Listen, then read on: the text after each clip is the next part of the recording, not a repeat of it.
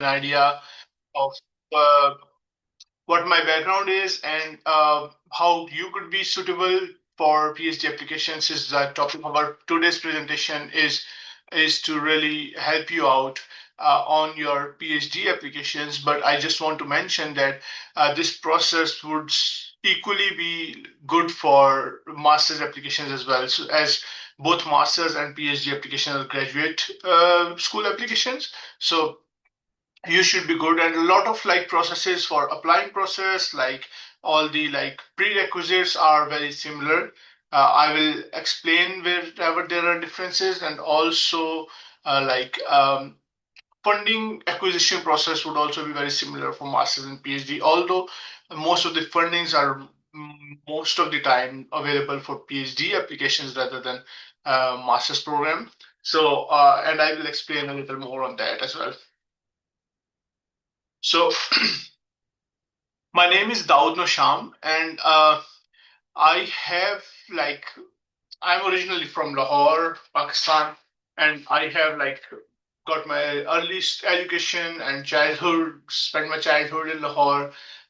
Studied from divisional public school, went to Punjab College of Science, like did my FSc pre-engineering, and then got my bachelor's degree from University of Engineering and Technology, Lahore. And I'm an engineer, so if I can understand most of you, if you have like engineering background, would be very easily able to relate with me. But if you are not from engineering background, this is not just an engineering focused presentation.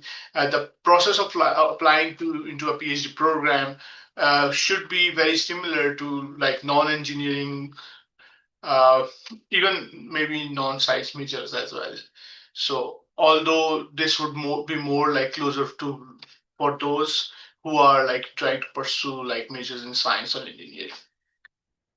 So I got my bachelor's degree from UT Lahore in 2017. I worked for like uh, 4 years as mechanical engineer in Pakistan, and then I started looking for programs which were relevant to my major area. And uh, with time, for me, uh, the reason for choosing a particular graduate program was my work experience. So, since a lot of students ask so many questions about like, sometimes about like a gap year between your after your bachelor's degree or several number of years, they may have worked in an area which is relevant to their engineering or their major. So sometimes they ask questions about that. Sometimes there are students who have worked, but their work experience is not really relevant to what they have done in their bachelor's or master's degrees, and they are still interested in applying for a PhD. So I keep getting a lot of these kind of questions whether they could be a suitable candidate for applying into a PhD program and whether they would get it or not. So that's why I'm explaining a little bit of my background, and I'll try to answer these questions as well. So So after like getting my bachelor's degree, I worked for 4 years in Pakistan, and then I was like HVAC mechanical project engineer, and learning about heating, ventilation, air conditioning systems in buildings. Uh, the more I got that practical experience, I felt that even though I had a bachelor's degree in mechanical engineering, I wasn't really very much specialized into the domain I was working in. So I felt a real need to really improve my education further and really get more specialized into heating, ventilation, air conditioning systems through my work experience. So that was one of the motivation for applying into PhD and master's programs. And in the start, when I started applying for programs, I started applying into both masters and sometimes in a PhD program. And when I say that applying into PhD programs, I did not really had have a master's degree at that time. So you can actually apply for either a master's degree or a PhD degree directly after a bachelor's degree. The usual route is that you get your bachelor's degree, then you get your master's degree. or if you have work experience that helps you decide what kind of master's degree you want to get. And even if you don't have work experience, you can like choose an area which you have liked in your bachelor's and then do a master's in that area if you feel a need to do a master's. And then that can master's specialization can help guide you whether you really want to pursue that area on the in the longer route and do research in that area, because PhD is a much longer go than a master's degree. So master's is more like a deciding point in between whether you really like what you are doing or not, and then you can pursue a PhD. But sometimes if you are already decided, that could be through your work experience or already you have done a lot of research in your major, then you can opt to like pursue a PhD directly after a bachelor's degree as well. And oftentimes, for graduate applications, both master's and PhD, they have universities have similar minimum admission criterias. But for a PhD, if you want to get into a PhD directly after a bachelor's, universities may have slightly higher criteria. Sometimes they may require like 3.7 GPA, 3.8 GPA as a minimum for a direct entry. Some universities might not directly admit you into a PhD program, but these are possible options. So just wanted to let you know about that. So what I will talk about in this presentation is um, how to search programs, what are usual application requirements and process, how to prepare your documents. I'll talk a little bit about statement of purpose, recommendation letters, funding, and then get your questions as well. So the first thing is, which program should I apply to? Does it have to be the very same as my undergraduate degree? So you have to ask this question yourself. No one else can answer this for you, because you once you have done your bachelor's degree, how to decide what kind of master you want to do or what kind of PhD you want to do. If you already have a master's, that really helps out sometimes, because you already have narrowed down your domain and you may be interested in something. That's why you did your master's in that area. But sometimes, if you have not done your masters, then how can you answer which program you should apply into? That could be through your work experience, which was the case for me, because I worked several years in heating, ventilation, air conditioning systems projects in building sector, and that's what motivated me to pursue architectural engineering, where they taught heating, ventilation, air conditioning systems. So but if you don't have work experience, then that master's degree could help you. But if you don't have master's degree either, or sometimes there are students who have done a master's degree in a certain domain, and then they want to flip their fields or switch into a slightly different program, and they keep asking this question, can we change our program? I did my bachelor's. I'm just giving an engineering example, but it's actually applicable to other science majors as well, or other majors too. For example, if a student has done a bachelor's degree in mechanical engineering and now they are asking, I want to do a master's in a different domain. So first question I might ask them, why do you want to switch into a different major? And it might be very frowned upon in some of the places, because I think possibly in Pakistan it is a little frowned upon, because a lot of students might think that I might not be specialized in a certain domain if I keep changing my domain, or people might think that I might don't have a clear idea of what I want to do. But in US, it is very, very acceptable to switch your majors or do your master's or a PhD in a different major, but you need to have a motivation to why you are changing that major. And you also need to have the right background to be able to keep like studying or further into the new major you are applying to.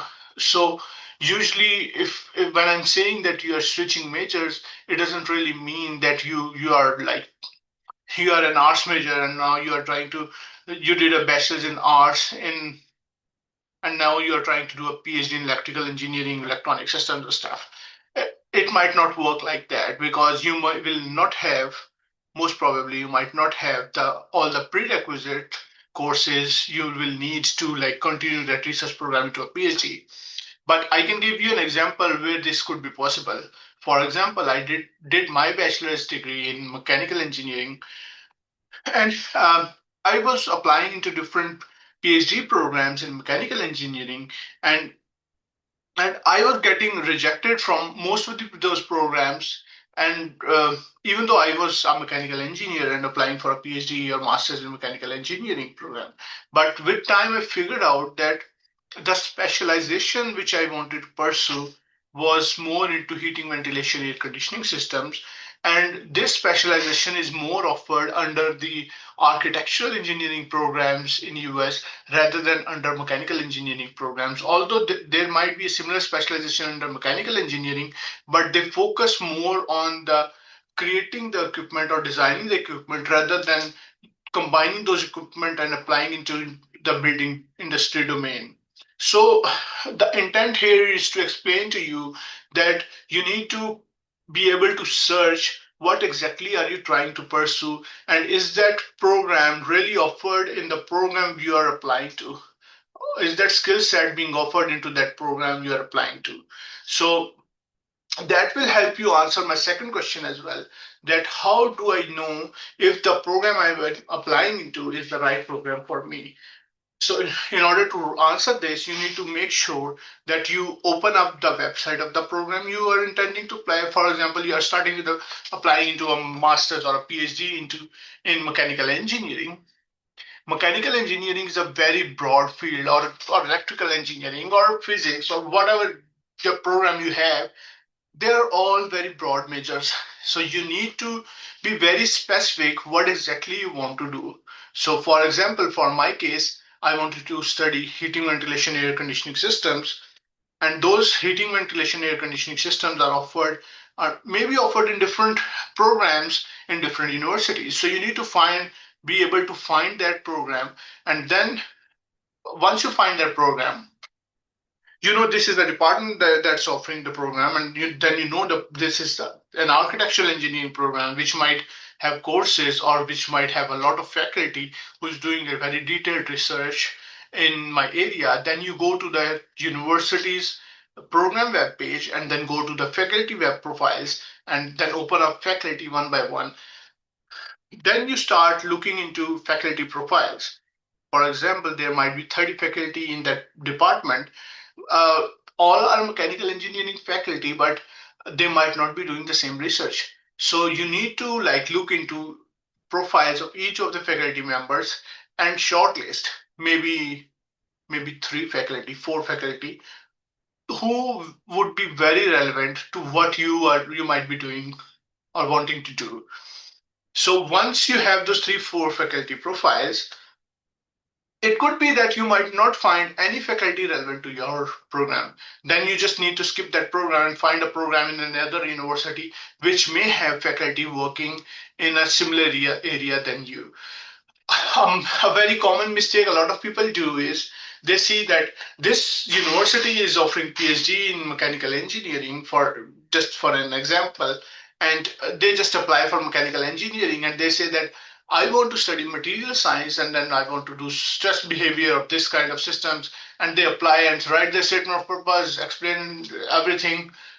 They may have stellar GPAs, 3.9, 4 GPA. They may have excellent IELTS and GRE scores, but once they apply, if they have not done the right search, they will straight away get a rejection letter. And one very big cause of that could be that they may not have a research match with the faculty. So if there is no faculty in an area what you want to do, for example, they have offering a mechanical engineering PhD program, but in the PhD program they are focusing on aerospace, and you are trying to do like material science, which is not really related to their program objectives, then they may not have a faculty to supervise you. Or if you are wanting to do heating, ventilation, air conditionings, but their program is focused on material science, then you will still not get accepted because they can't accept you if they don't have a like a faculty who is interested in supervising you or who has the skill set to supervise you. So this is very important to really know what you are going to be doing. So you need to spend time on the university website and go find faculty web pages.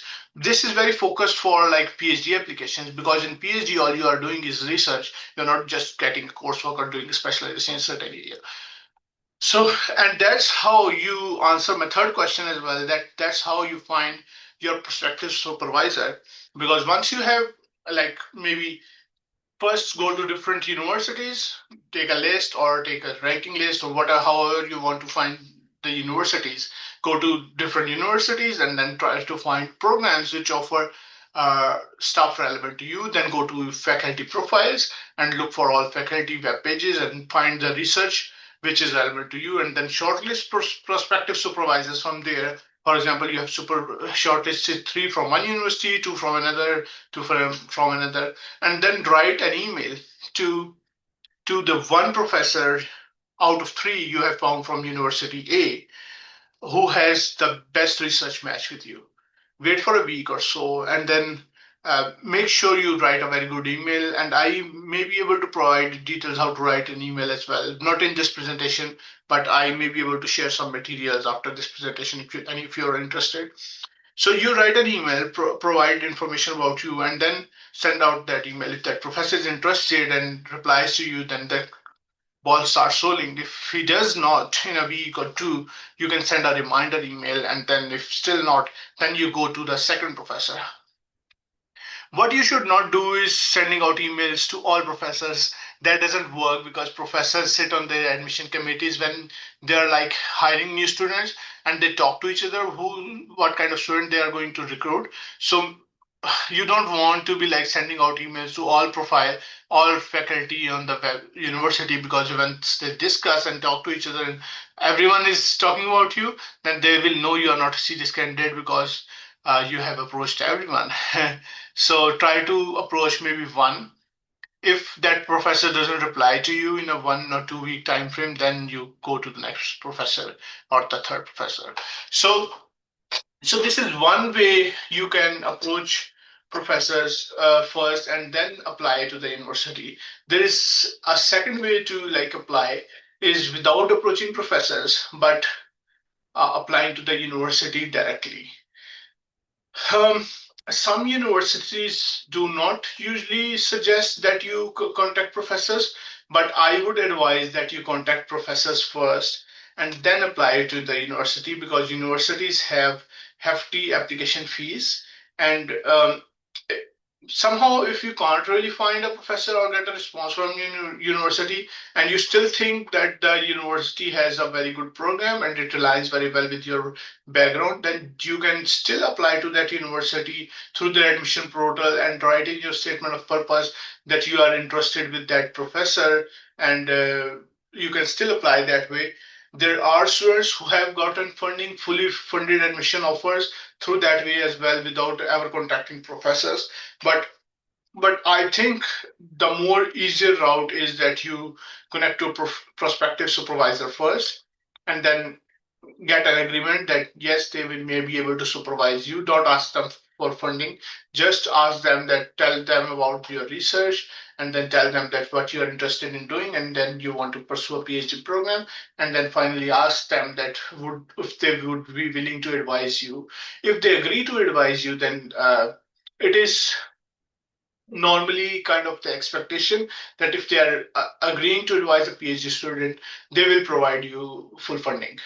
So that's kind of an automatic thing. Unless that doesn't happen and they tell you specifically that we don't have funding, then that's the case that you might need to go for another program or find funding in some other way.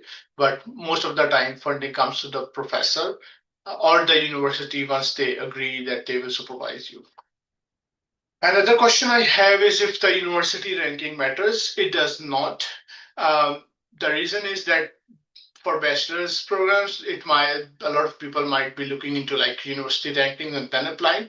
For master's PhD programs, a lot of the programs in different universities may have like their own rankings. So those rankings are based on programs rather than universities.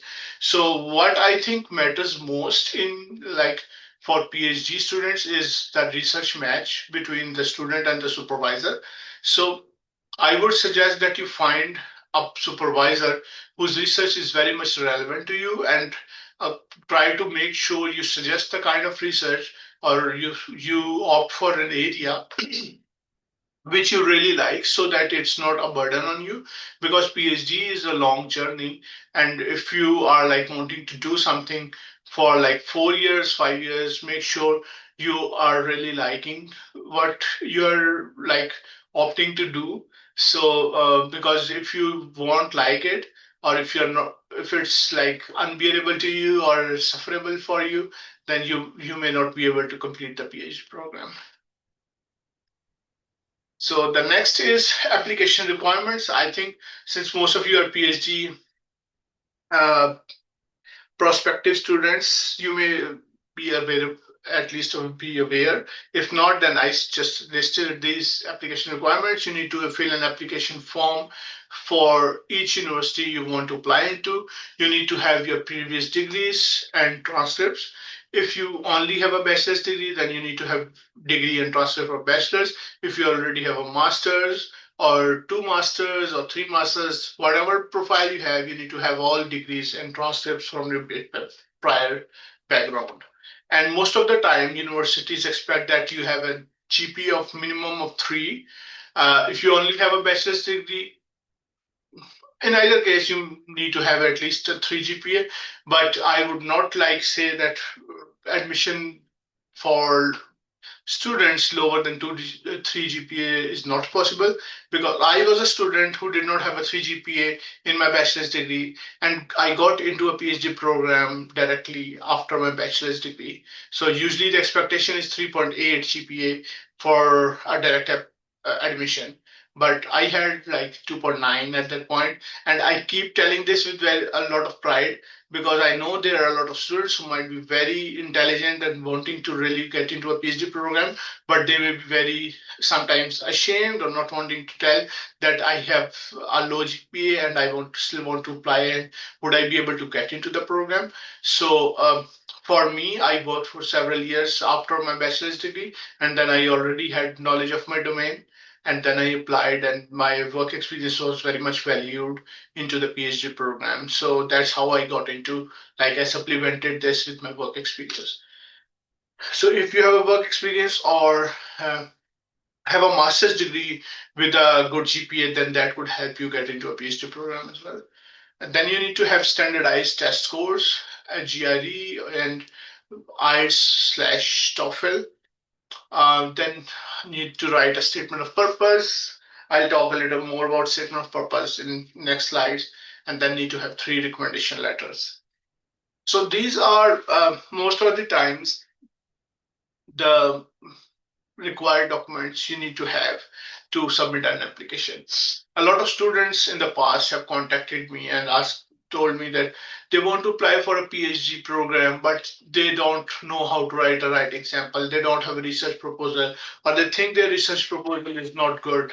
And I keep telling them that most of the time, research proposal is optional, and they keep worrying about research proposal, which is an optional document, and it's not really required for admission into a PhD program. Similarly, they keep asking me that I don't have research publications, my research publication is submitted but not really like published. Can I still apply into a PhD program?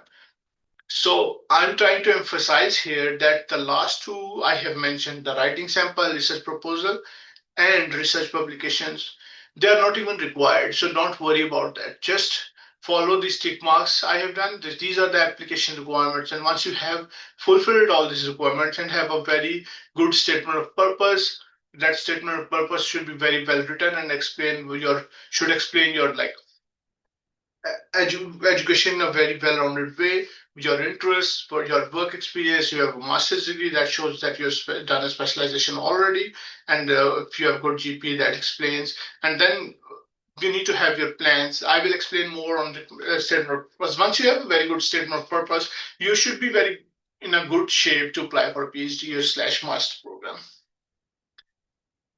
So for preparing documents, I will not talk a lot more about this, because I want to talk a little more in detail about statement of purpose. So but you need to make sure you are aware of this, that you need to get your degree attestation from HEC, get your test scores for like GRE and IELTS / TOEFL. Then you need to have a good, very well written statement of purpose, and this takes significant amount of time. And if you say that you wrote your statement of purpose in one night and it's good, I might not believe that, because you really need to spend time into your statement of purpose and draft your statement of purpose with like looking at the program you're applying to, your background, and then what you want to do.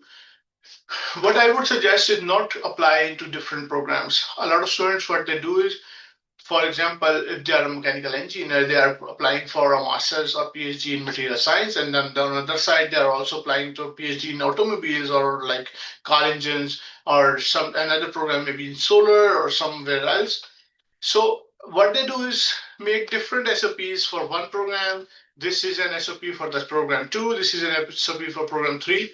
This will divert you too much. I think you should, before starting to apply, you should focus on one program and just stay on that one program, and make sure you have one SOP which is very well focused on the what you want to do, and that's all you want to do.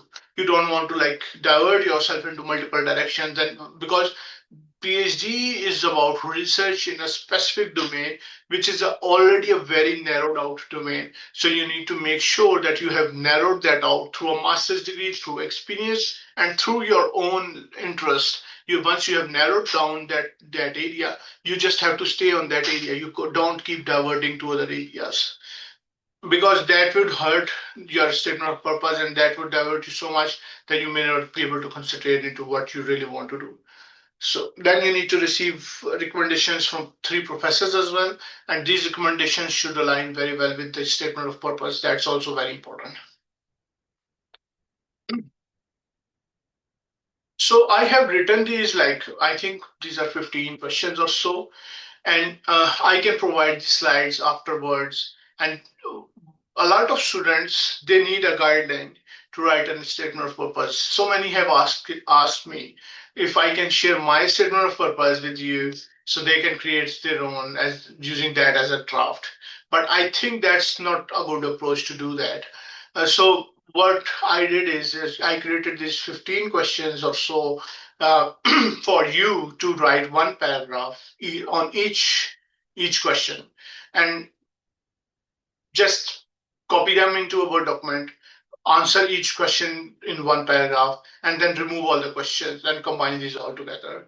And then you only need to work on formatting, make these paragraphs flow into each other, and connect all the chains so that your statement of purpose is coherent and shows a flow in writing. And that's all you need to do. You should have good first SOP draft once you answer all these questions.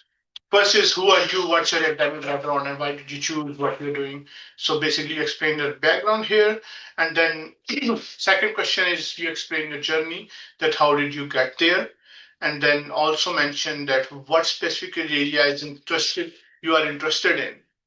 And if you are showing that you are interested in a certain area, you need to make sure you explain why you got interested.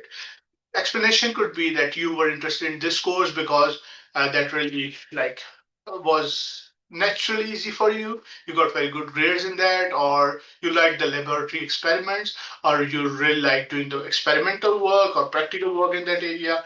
These could be reasons, or maybe some projects you might have done that really interested, like got you interested, and that could be a reason for you to pursue that area.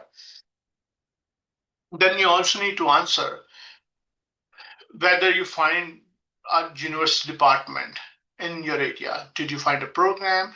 Were you able to find professors in the program whose research were relevant to your area?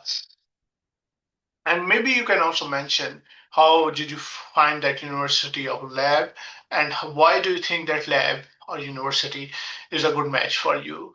And that should not be answered this way, that your university is ranked first in the world or fifth in the world, and you have outclass research facilities, you have this $1 million funding.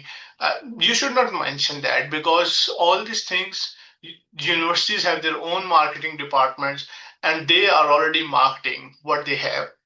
You don't need to tell them what they have. What you need to tell them is why you want to get there, and you need to explain that, for example, you have this mass spectrometer, and to do the research you are doing, you need to utilize that mass spectrometer to this to a certain kind of work which you cannot do in your current area with the facilities you have right now.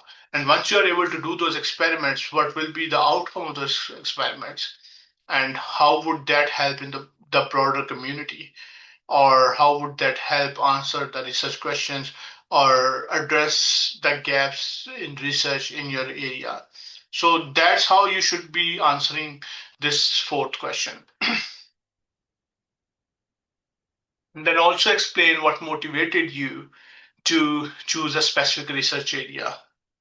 That could be, I will given you examples, a specific project you did, a professor who taught you very well, and you got very good grades in a specific subject, or you got experience in a certain area through your practical job work.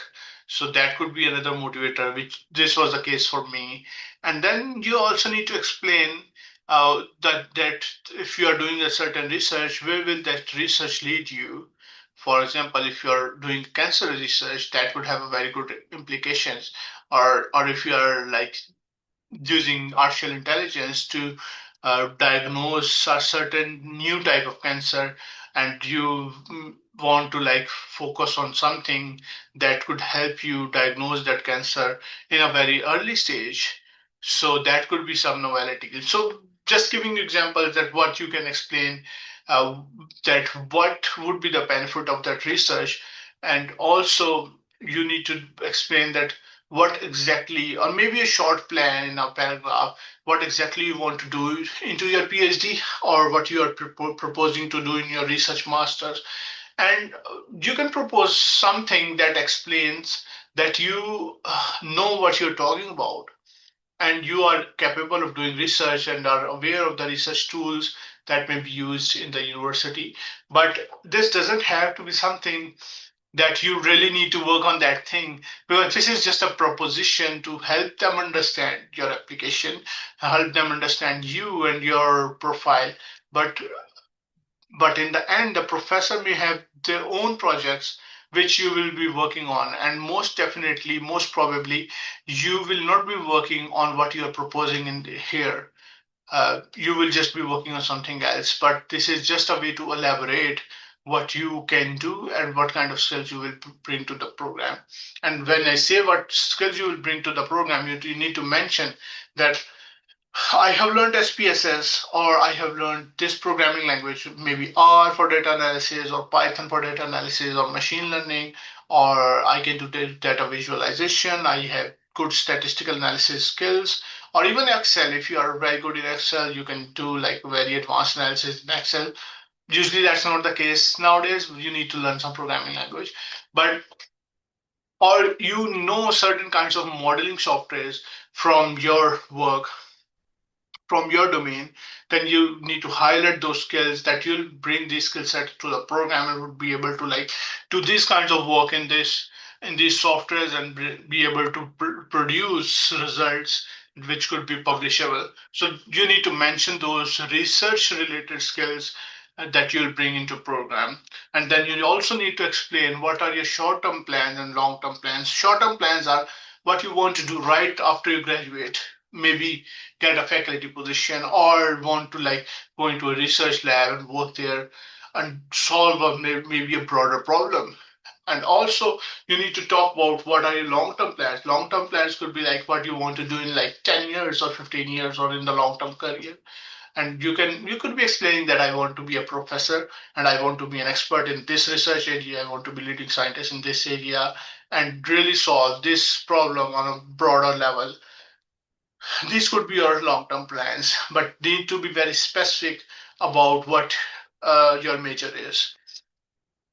And then you need to explain why do you think professor is a good match. And I kind of answered this part as well, that you need to explain that this professor has done this research which is relevant to your research, and you might have done a similar work, or you have motivation to do that kind of work, and that could help you in progressing further. That you can explain in the last part.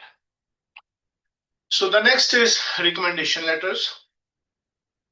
So I would very much emphasize that recommendation letters and statement of purpose both are very, very important part of your application, as important as your grades and your uh, uh, course in GRE and IELTS. So make sure you get your recommendation letters written in a very good way and very well thought of way. So first, let me explain what is the purpose of recommendation letter, and then I'll go to my next questions or topics. So the purpose of recommendation letter is to really, from the university end, is to really understand that you may have worked with people. How do you go with other people? What would other people comment about you if they were to ask those people who could be like your supervisors, who could be your co-workers, or people in who have supervised in research capacity? What would they tell about you? Are you a good person to work with? Are you very, are you an expert in your domain? Or just really be able to supplement whatever you have written in your statement of purpose. Because when you're writing a statement of purpose, everything there written, the statement of purpose is written by you. You are the one writing it. So they want to get a perspective on you from other people and then see whether what you have written in your statement of purpose is similar to what other people think about you as well. So whether there is an alignment, an inclination of both things with each other or not. So that's the first thing. So once you get your recommendation letters, you need to make sure you have the following things in those. These recommendation letters need to be very program specific and university specific. So when I say program specific and university specific, what I mean by that is, let me give you an example first and then come back to this. Um, when I was a student in bachelor's degree, after my bachelor's degree, how a lot of students would get recommendation letters is just go to the professors and tell them that this is the master's program I'm applying to. Can you give us a recommendation letter? And they would write a simple, generic, very commonly used recommendation letter and sign it and give it to you. What the contents of recommendation letter will say is, Mr. Daud Nosham was my student in fifth semester. He's very obedient. He's very hardworking. He's very honest student. And then he has good grades, he has A plus, and that's all they would write. And I would very much recommend him to for the year program. And this will be like one or two paragraphs, and then he'll sign the document. And it would only say, I would recommend for your program, or he's a very good fit for your program. Not even mention the name of the program, or not even mention the name of the university they are applying to. That kind of letter will not have any specific details about what I have done, what kind of skill set I may have, what are my interests. So it used to be kind of a letter who anyone could write who would not even know me. So those kind of letters are very weak recommendation letters. And so when I say that your recommendation letter needs to be program specific and university specific, it means that you the professor needs to know where you're applying. The professor also needs to know which university, which program, what area, and also needs to know, make sure that it's also a research match. So once the university receives a letter from your professor, they should be able to clearly see what you have done before, what kind of research area you worked in, what you liked, and that letter should be able to supplement what you have written in your statement of purpose. So the question then is, what makes a recommendation letter strong? That's my third question on my slide. So how do you make your recommendation letter strong? First of all, the professor needs to mention that how is he affiliated with you? They need to mention you studied like three different courses during your bachelor's or a master's degree, and he was like the teaching professor, or he may be a lab professor. He taught a lab and taught a certain like software to you, and he made you apply that software into a certain domain and get data out of it, or do modeling or simulation or whatever the project. That could be a very small project. That could be a just week-long project.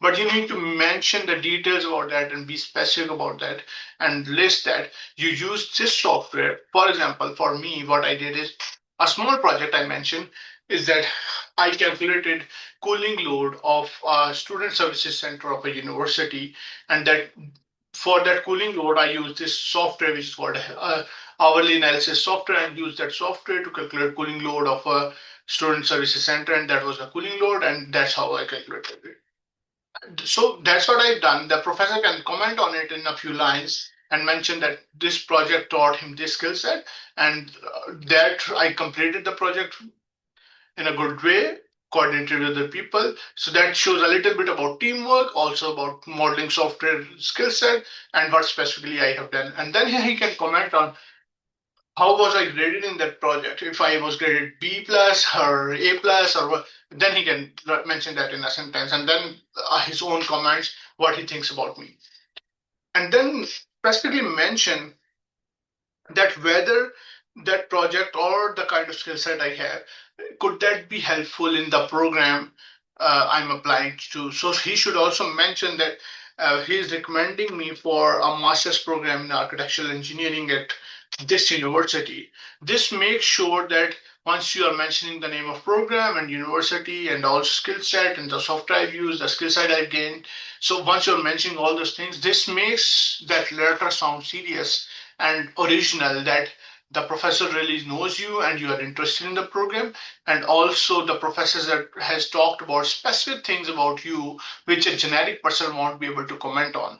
So that's something that makes your recommendation letter strong. So the next question is how to make your professor invest so much time into your recommendation letter, because there is nothing in it for the professor to spend so much time for you into that recommendation letter. So a lot of students keep asking this question, that I am applying for like maybe 10 universities. And if I want to apply to 10 universities, each university requires three recommendation letters. Then it's a total of 30 recommendation letters. How do I like get 30 recommendation letters? Because one professor would not write, even if there are three professors, each professor may not write 10 recommendation letters. I think they might not even write your two letters. I think one professor would be very nice to even write one letter for you. You should not expect them to write a letter for you. It's a very commonly accepted way to write a letter yourself. So what you need to do is you need to work for yourself.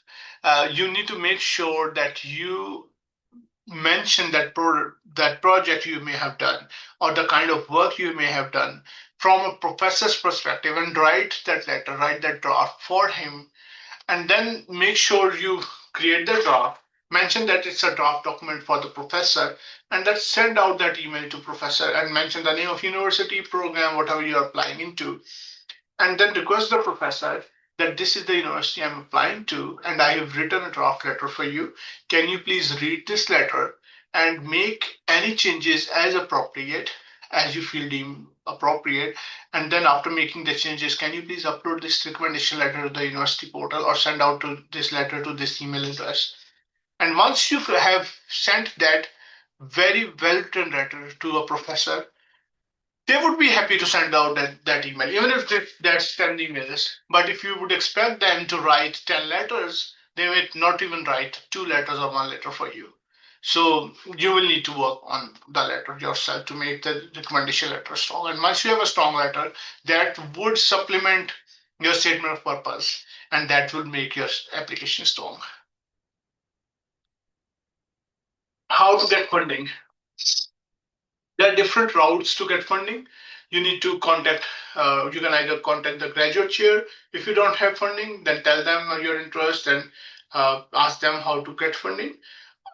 Most of the time they may recommend you to contact a professor in your research area, which was our original methodology to look for programs and like really apply for programs. So contacting professor is also an indirect or direct route to get funding as well.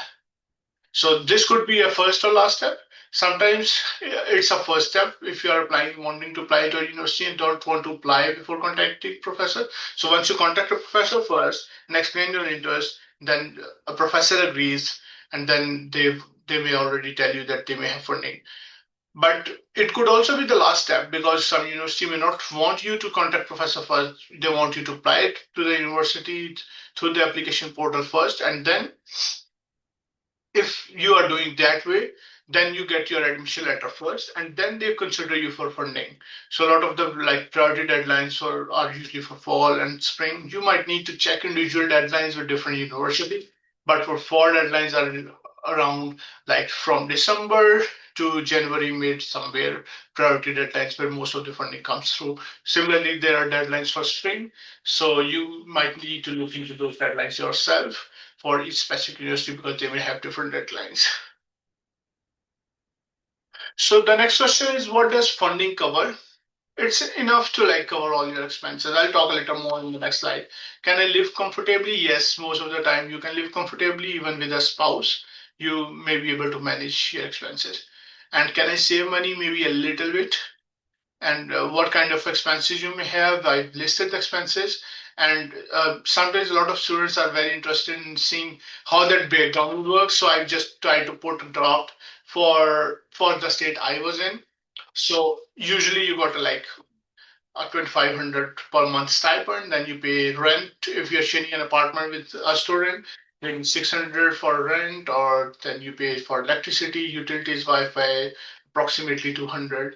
Then for food, taxes, student fees, car insurance, and other miscellaneous expenses. Everything is red is like more like expenses, and then what's in green is you may be able to save that. And if you are with a spouse, you may have a little more expenses. Then so it could get a little tight with the spouse, but still manageable. So these are some frequently asked questions. I may have answered most of these already. The first one I already told you, I had a 2.9 GPA, but I got admission into PhD directly, and I also got that admission with full funding through teaching and research assistantship. So this is possible to do, like to get into a PhD program after or before even doing a master's degree with a lower GPA. Uh, Sometimes students ask me, my GPA is 3.5, but I cannot do GRE. You may not be able to get it in the program. Uh, Unless the program does not really require a GRE. So please do GRE first before getting into that. Or sometimes some programs may remit GRE, but then you may only be able to apply into very small number of programs which do not require GRE. So I would highly suggest you do GRE before like starting to apply. So the third question I've already answered. Fourth one, should I take IELTS or TOEFL? I did IELTS, but you can do either. I think most of the universities would accept both of these. For Fulbright, I think the TOEFL used to be the recommended test, but I'm not here to talk about Fulbright. So I'm talking about direct admission process in US universities. So if you need more information about other programs, you may be able to ask Education USA. But I think both of them are equivalent, or you can do either.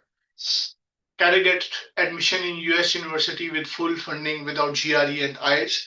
I would say most of the time it's not possible. So please do GRE and IELTS before really starting to apply. Maybe there might be few students who may have done this with like they may have gotten full funding with without either GRE and IELTS, but that really depends upon program, and I would highly encourage not to do it because then your options would be very limited, and there may be a possibility that you may not be able to do that. Then a lot of students ask me, can you send me a list of universities from a program fund offering full scholarships? No one knows that. So you need to do your own search and then create a list of universities yourself. and then go to follow the process I've outlined. Then go to find the program first, then go to each faculty web pages, find faculty, and then from faculty web profiles, find the best match, and then email them. All this process. What's difference between personal statement, motivation letter, and statement of purpose? I've talked about statement of purpose. Personal statement, some universities may require personal statement. That's a little more focused on your personal part rather than the purpose. So, but the statement of purpose also has some of the personal part as well, and then some of what you want to do as well. Motivation letter kind of fulfills the similar requirement as well. But in US, most of the universities would say that you submit a statement of purpose. And that's all I had for today. And I would be happy to answer questions you may have. So thank you very much.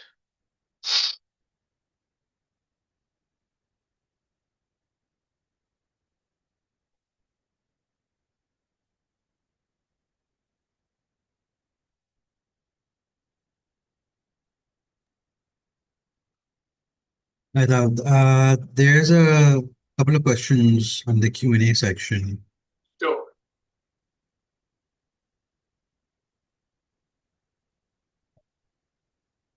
Right. Do we need to only align recommendation letters according to our research area or not at all?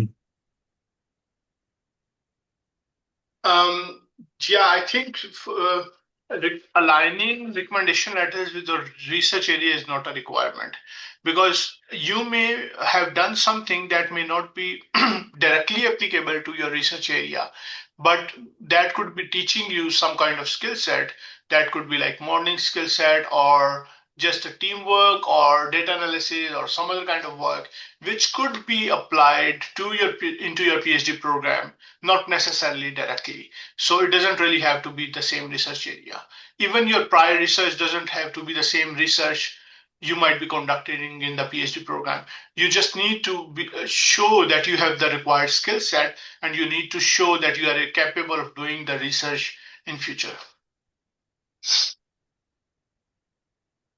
All right. One of the students said, how do we know if the supervisor has funding or not? So you just ask him. Make sure you write a good email and explain your background in 2 paragraphs, 3 paragraphs maximum, smaller paragraphs, and then attach all documents, and then explain your background and what you have done, what you want to do. And once he replies, and if he agrees, most of the time professors would only agree if they have funding. If not, once the ball starts rolling, you can ask once he interviews you or something and ball starts rolling, then you can ask him as well if he has not clarified. Um, are the letters, the SOPs, checked against AI detection tools? Yes, I think plagiarism is something universities have been like trying to detect for a long time now. Now that there is AI, so I think what they may be looking for is plagiarism. So make sure you write your own SOP, and I've already listed the questions. Just try to answer those uh, truthfully and by yourself, and you should not have any problems, I think. If you want to do some editing, you should be able to do that editing. That should not give you any plagiarism issue. This is quite a common question that I have faced from a lot of my students also, that how to increase the chances that a potential supervisor will read my outreach email. I think professors read all the emails. They, they are reading emails all the time. If you're not getting a response, it's not that your email is not read. It could be that the professor may not have funding, or your it is possible that you may not have sent a strong email to him or her. I don't think that emails stay unread. I think all emails are read. And if you really feel that your email has not been read by the professor, I think you should send a follow up email maybe after a week or so. And if you still don't receive a reply, then you can go to the next professor from the same university or department. I agree with that. Right. A lot of these questions are,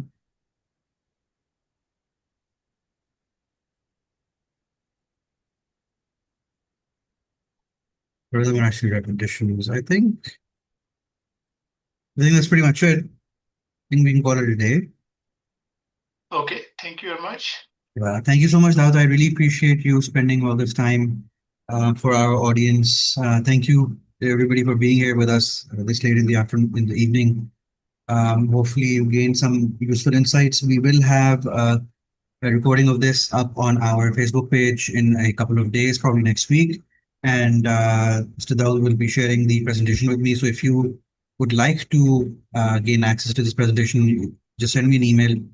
I'm the one who sent you all confirmations, aman@uscfp.org, and I'll send it to you, words here. Thank you again for everybody for joining. Thank you, Daud. Really appreciate everybody for being here. Take care. Good night. Thank you very much. Bye. Bye bye.